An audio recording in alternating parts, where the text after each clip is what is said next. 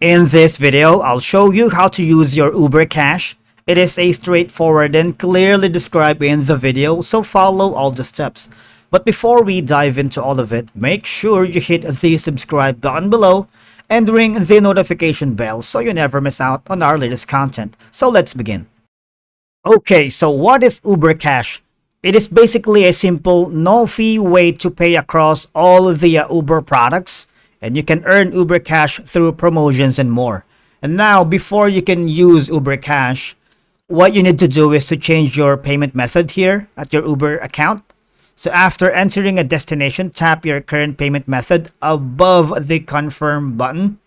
Select Uber Cash from the payment options. And if you have a ride profiles, tap change and select Uber Cash on the payment options screen.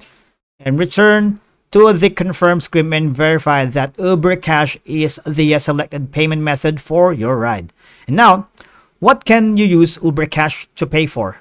At present, as of this writing, Uber Cash can be used to pay for rides through the Uber app. Say for example in Egypt, Uber Cash can also be used to pay for Uber Eats or orders, alright?